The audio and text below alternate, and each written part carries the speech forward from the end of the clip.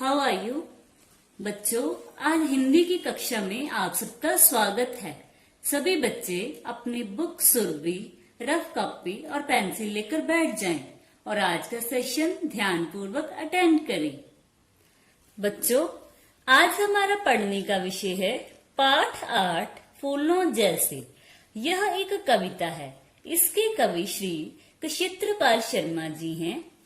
बच्चों, मनुष्य अपने जीवन में पहली सीख अपने माता पिता से लेता है। फिर वह विद्या ग्रहण करने के लिए स्कूल जाता है। वह अपने अध्यापकगण से शिक्षा लेता है।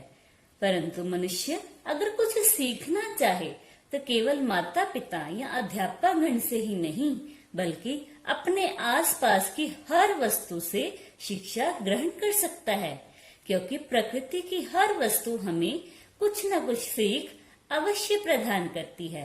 तो आओ बच्चों, आज हम इस कविता को पढ़कर जानें कि प्रकृति के तत्व हमें क्या सीख दे रहे हैं। बच्चों, हम यदि सीखना चाहें तो अपने आसपास से भी बहुत कुछ सीख सकते हैं।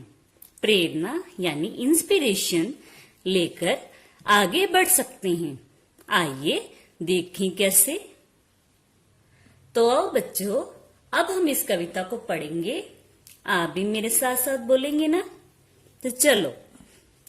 फूलों जैसे उठो खाट से, बछड़ों जैसी भरो कुलांची, अलसाए मत रहो कभी भी, फिर को ऐसे जग भी नाचे, नेक भावना रखो हमेशा, जियो की जैसे चंदा तारे, ऐसे रहो कि तुम सबके हो और सभी हैं सगे तुम्हारे, फूलो फलो घास हो जैसे, बोलो बहता नीर, कांटे बनकर मत जीना तुम, हरो पराई पीर, कहना जो है सो तुम करना, संकट से भी मत घबराना, उजियारे के लिए सलोने, ज्ञान ज्योति का दीप जलाना, मत पड़ना तुम हेर फेर में, जीना जीवन सादा प्यारा,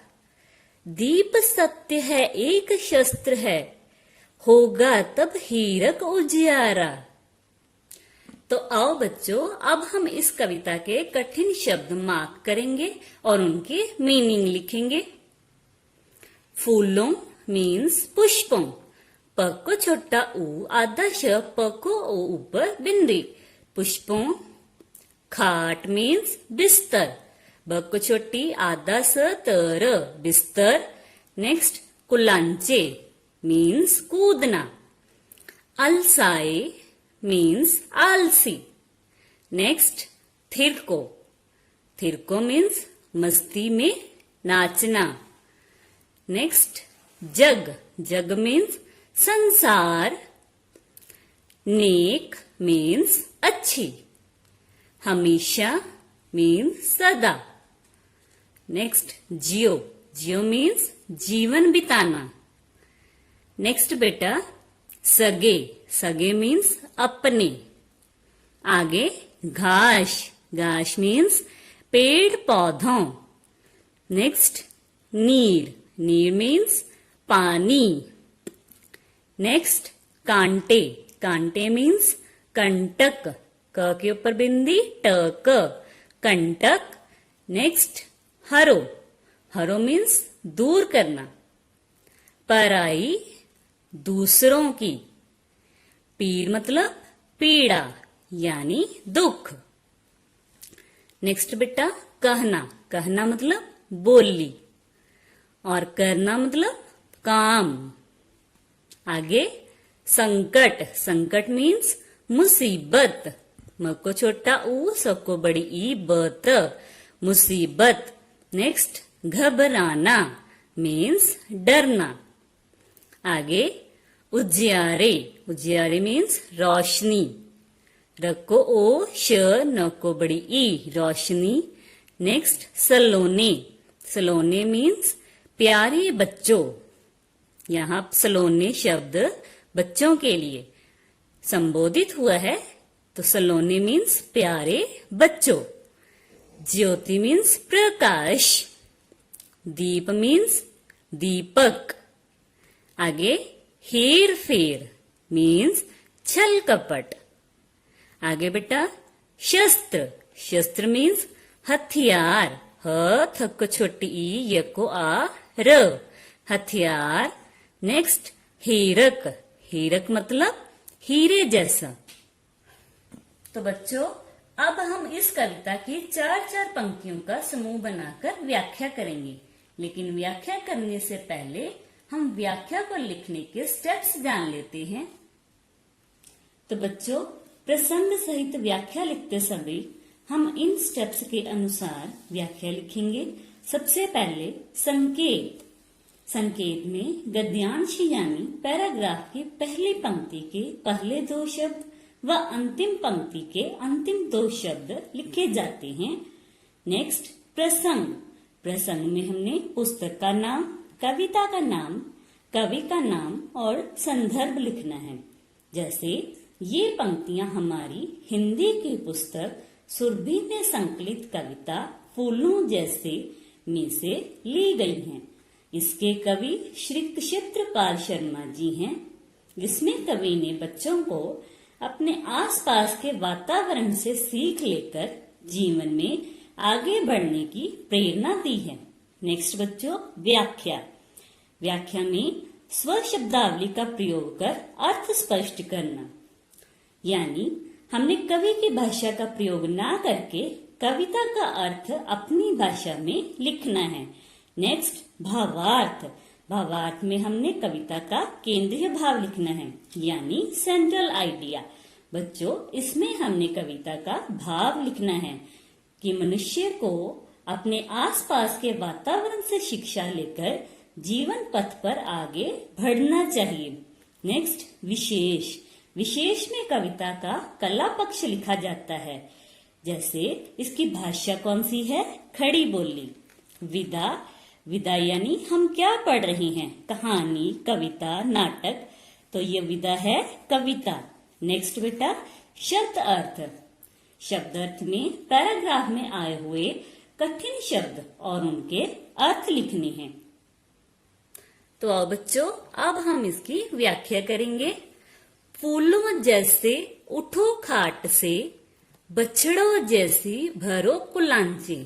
तो इसमें कवि बच्चों को प्रेरित करते हुए कहते हैं कि उन्हें सुबह फूलों की तरह हंसते हुए चेहरे लेकर बिस्तर से उठना चाहिए।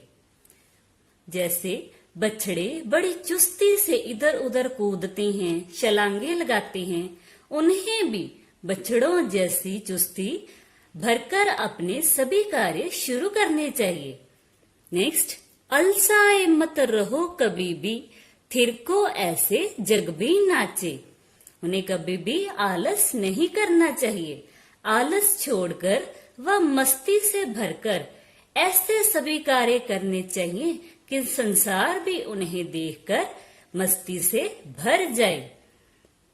नेक भावना रखो हमेशा, जियो की जैसे चंदा तारी।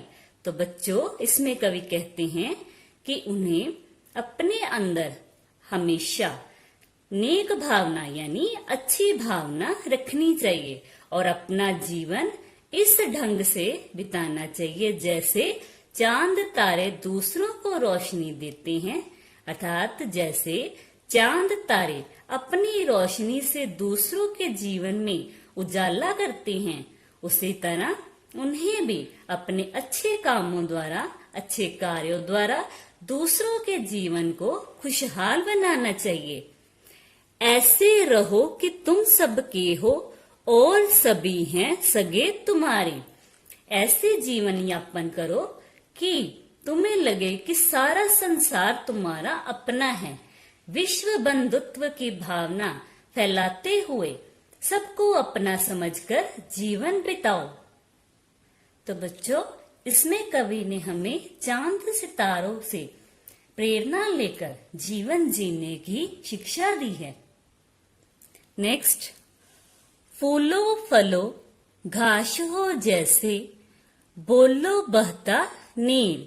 तो बच्चों, इसमें कवि कहते हैं कि तुम पेड़ पौधों की तरह जीवन पथ पर आगे बढ़ो और तुम्हारी वाणी बहते हुए पानी की तरह निर्मल होनी चाहिए। अर्थात जैसे बहता हुआ पानी निर्मल होता है, उसी प्रकार आप भी बोलते समय अच्छे शब्दों का प्रयोग करो।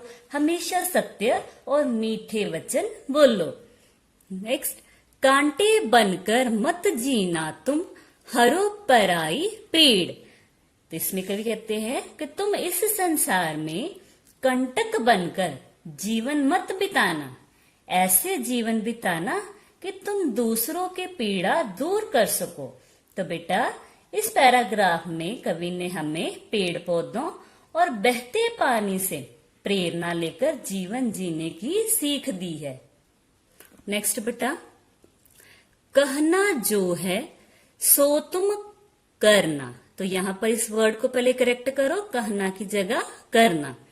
संकट से भी मत घबराना। तो इसमें कवि कह रहे हैं कि तुम्हारी बोली और तुम्हारे काम में समानता होनी चाहिए। अर्थात कथनी और करनी एक जैसी होनी चाहिए और मुसीबत के समय तुम्हें डरना नहीं चाहिए, अपना हौसला नहीं हारना चाहिए। उजियारे के लिए सलोने ज्ञान ज्योति का दीप जलाना। हे प्यारे बच्चों, आप ज्ञान का दीपक हाथ में लेकर सारे संसार में ज्ञान की रोशनी फैलाना। अर्थात आप स्वयं भी पढ़ना और दूसरों को भी ज्ञान प्रदान करना। नेक्स्ट बेटा, मत पढ़ना तुम हेर फेर में, जीना जीवन सादा प्यारा।